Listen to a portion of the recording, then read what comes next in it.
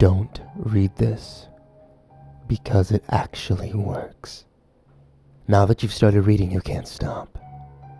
A girl named Kathy drowned to death. If you email or repost this comment to 3 more videos, tomorrow will be the best day of your life. If you don't repost this comment on at least 3 videos, Kathy will come for you when you're sleeping. This is so scary, because it actually works. Billy examined the message. He hummed and hawed over it, scratching his chin. On any other day, Billy would have done what the message said. After all, he didn't want to die within 3 days, and he did want to have the best day of his life tomorrow. But today was different. Today, Billy was 8 years old, far too old to be dabbling with such nonsense. He had tried repeating similar messages in the past, and his only reward had been dozens of people on the internet sending him nasty replies. Hesitantly, Billy placed his mouse over the red X at the top right of the email and pressed it down. The email closed, and as it did, Billy felt shivers run down his spine. But Billy was too old to be scared by such nonsense. He got up from his chair and headed to the kitchen to find his mom. His mom was preparing a delicious tuna casserole, Billy's favorite. "Now, Billy," said his mom, taking the steaming casserole out of the oven, "remember, this is for lunch tomorrow. Don't eat it before bed, or it will give you nightmares. I'm going to work now. Make sure you're in bed in a few minutes, all right?" Billy nodded. Billy's mom left the house, and he heard the slam of the front door. Billy was all alone now. It was time for him to go to bed soon, and he didn't want any more frightening thoughts. But the casserole, it looked so good. Surely, thought Billy, a simple taste would have no effect on me. Billy took a step stool and sampled the irresistible tuna casserole. It melted into his mouth and filled Billy with a sense of euphoria. Surely, another taste couldn't hurt. Billy cut himself a slice and took it to his bedroom. After messily devouring the meat, Billy fell asleep. Billy awoke with a start. He heard a noise in his room. It was a creeping, sloshing sound, like the sound of a boot sinking into a muddy puddle. At first, Billy thought that it was his mom coming home from work, but after checking the digital clock that glowed bright red in the darkness, he realized that his mom wouldn't be home for another few hours. The sloshing sound continued. Billy sat up straight, listening intently to whatever it could be. He crept downstairs and saw muddy footprints leading straight into the front hall of his house. He gasped. Now, Billy was frightened. Now, Billy felt like a child, too young to be part of such a frightening world. He considered bolting out the front door, but Billy calmed himself down. Maybe it was simply his mother, home early after all. Billy crept after the footprints. Billy knew that his mother would never trek such a mess through his house, but Billy still had to be sure. The footprints came to a dead stop in the kitchen. Billy poked his head through the doorway and turned the light on. There, sitting on the kitchen table, was a girl about his age, eating the tuna casserole. Her hair was matted, wet, and black. Her skin, fetid and rubbery. Her eyes glowed as red as his alarm clock upstairs. Billy gasped, startled backwards, and crashed against the wall, sliding to the ground. The girl got up off the table and steadily advanced towards him. "What's wrong?" she said. "I'm just..."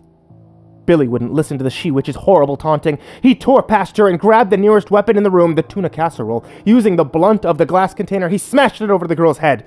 A steady stream of blood poured from it, and the girl lifelessly collapsed to the ground. The tuna casserole was now spread all over the floor, messily decorating it with bits of cheese and fish. Billy took a sigh of relief, as any moment now the girl could evaporate into a puff of black smoke. However, the girl just lay there, lifelessly. Billy thought, for a moment, that he had made a mistake. He kicked the girl a bit. She continued to lay there lifelessly. Looking outside, he noticed that it was raining, which probably explained her hair and boots. Billy shook the girl frantically, but there was no response. Billy started to cry, and as he did, he noticed the girl stirring. Still not sure of what to think, Billy grabbed a piece of glass from the shattered casserole. He grasped it so hard that blood formed at the edge of his hand. The girl rose up, and one of her hands shot towards Billy. As she choked the life out of him, she reached down and began eating the tuna casserole. Billy awoke with a start. His chest puffed in and out as he steadied his thoughts. Looking around, he perceived that the previous events had all been a horrible dream. There was no crazy demon ghost girl after him. He sighed in relief, but noticed something wet on his hand. Looking at his hand, he saw the glass he had taken from the tuna casserole and the blood that had formed as he pierced his skin by holding it too hard. Billy awoke with a start. Before doing anything else, Billy looked at his hands. Completely clean, he thought. Absolutely no blood. No signs of conflict. Everything was right in the world. It was still dark out, but his mother would be home soon. Billy looked around and then let himself relax. Thank God. I'm done with these nightmares, he said. Don't thank him yet, said a voice coming from the doorway. He looked up and saw the girl again, this time holding a butcher's knife. Billy awoke with a start. Not ready to be fooled again by his dream, he first checked his hands. Clean, free of blood. He looked at the doorway, vacant, not a soul in sight. He held his breath and listened for muddy footprints, but not a single one was heard. Terrified, Billy crept out of his bed and decided to wait on the couch for his mother to get home. He grasped the metal banister and began to slow his descent downstairs. As he did, he looked around, desperate for signs of foul play. When none were spotted, Billy made it to the couch and waited for his mom to come home. After a few minutes of tense, nerve-wracking waiting, the door swung open and his mom, back from her night shift, greeted him with a smile. "What are you doing up so late?" Billy's eyes were filled with tears. I've been having these terrible nightmares. I accidentally had some of the casserole and... Billy's mom shook her head. Billy, you haven't been having nightmares. You are the nightmares. Billy's mom's head exploded into a writhing snake with matted wet hair and a venomous bite. Her arms twisted into laughing clown heads while the rest of her body oozed red pus. Billy screamed as it descended upon him. Billy awoke with a start.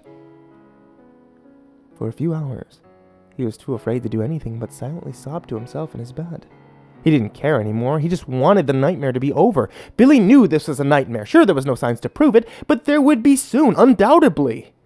There would be soon. Billy ran downstairs just as his front door opened. "Billy," said his mother, "what are you racing around the house at this time of night for?"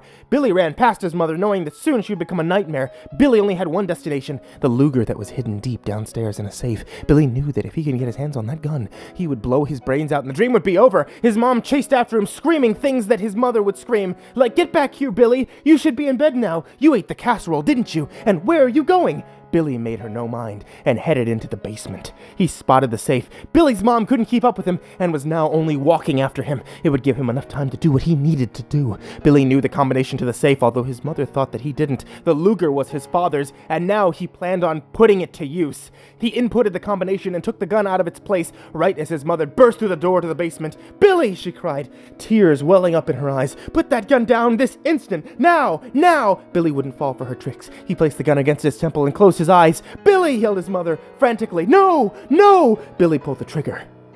The bullet went clean through his brain and his lifeless body fell to the floor.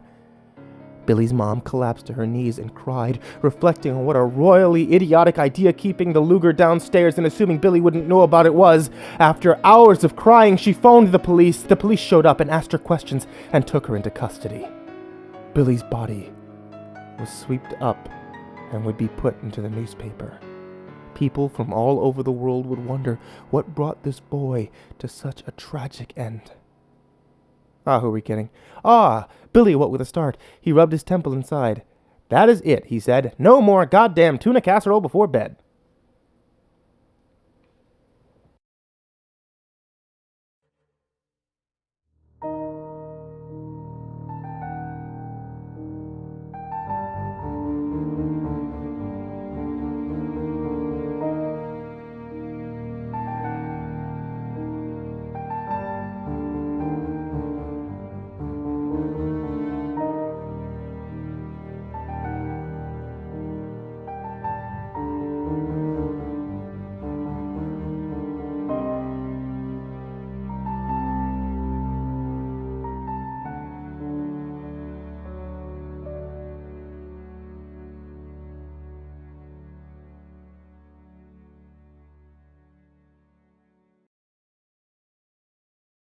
Billy, Billy's Billy. Billy nodded. Billy's mom, Billy was Billy awoke. Billy thought, Billy awoke. Billy awoke. Billy's mom, Billy awoke. Billy ran. Billy wouldn't. Billy yelled as Billy wouldn't. Billy awoke with a start.